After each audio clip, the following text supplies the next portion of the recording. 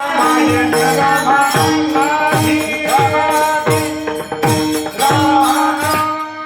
प्रभू श्रीरामचंद्रजींना जन्माला येण्या अगोदर रामायण लिहिलं. कोळ्याची कीर्ती वाढली, गहन केले रामायण. रामा आधी राम प्रभूंना जन्माला येण्या अगोदर रामायण लिहिलं आणि प्रभू श्रीरामचंद्रजींना त्या रामायणानुसार आपला अवतार कार्य पार पाडावं लागलं. ही कशाची ताकद आहे हो? तर भगवंताच्या नामस्मरणाची ताकद आहे. ऐका, आपण जर सतत भगवंताचं नामाचं चिंतन केलं तर भगवंताची दैवी संपत्ती म्हणजे भगवंताची इस्टेट कुणाची होत असते? आपली होत असते. आता तुम्ही म्हणता कस काय ताई, असं कस काय होईल? ऐका, मला सांगा, महिला मंडळ ज्यावेळेस मुलीचं लग्न होतं, काय मुलीचं लग्न होतं त्यावेळेस ती आपल्या नावासमोरून आपल्या वडिलांचं नाव काढते आणि कुणाचं नाव जोडते? कुणाचं नाव जोडते? लग्न झाले तुमचे, कुणाचं नाव जोडते ती? नवऱ्याचं. कुणाचं? नवऱ्याचं नाव जोडते. आपल्या पतीचं नाव जोडत असते. त्याच वेळी कायद्याप्रमाणे ती आपल्या पतीच्या इस्टेटीची, अर्ध्या इस्टेटीची काय होत असते? मालकीण होत असते. आणि तद्वत आपण जर भगवंताचं जर सतत नामचिंतन केलं तर भगवंताची देखील इस्टेट कुणाची होत असते? आपली होत असते. म्हणून सतत भगवंताचं भजन करावं, नामचिंतन करावं. आपण जर भगवंताच्या नामाचं चिंतन केलं तर काय होतं?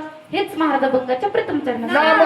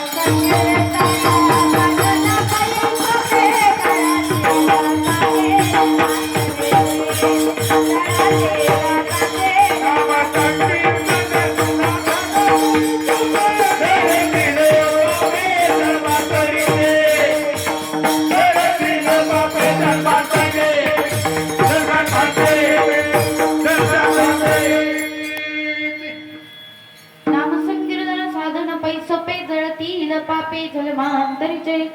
जगद्गुरु तुकोबरा या अभंगाच्या पहिल्या चरणामध्ये